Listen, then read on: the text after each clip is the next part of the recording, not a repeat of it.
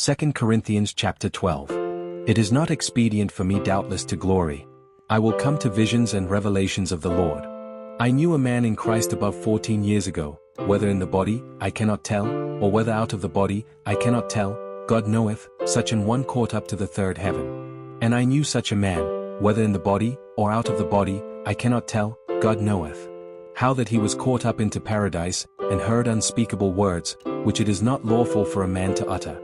Of such an one will I glory, yet of myself I will not glory, but in mine infirmities.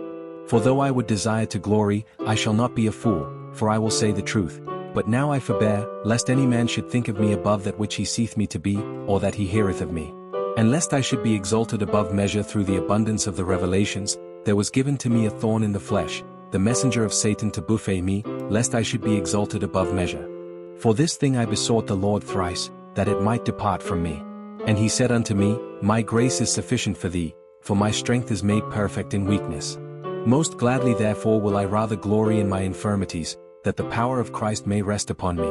Therefore I take pleasure in infirmities, in reproaches, in necessities, in persecutions, in distresses for Christ's sake, for when I am weak, then am I strong.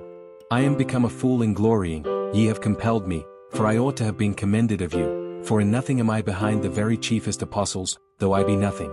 Truly the signs of an apostle were wrought among you in all patience, in signs, and wonders, and mighty deeds.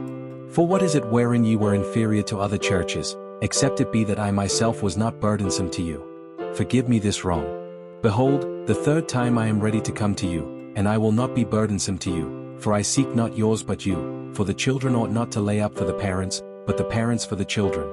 And I will very gladly spend and be spent for you, though the more abundantly I love you, the less I be loved. But be it so, I did not burden you.